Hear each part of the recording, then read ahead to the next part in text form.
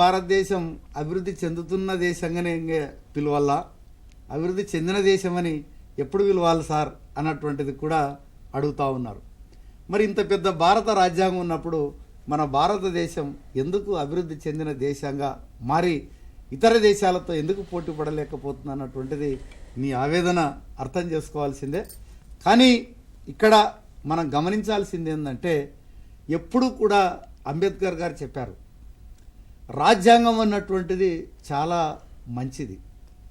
దీన్ని దృష్టికోణం ఎలా ఉంటే అలా కనపడుతుంది. అది అంటే నువ్వు పాజిటివ్ దృక్పథంతో ఆ రాజ్యాంగాన్ని చూసినట్లయితే దాంట్లో అన్ని మంచి అంశాలే కనిపిస్తాయి.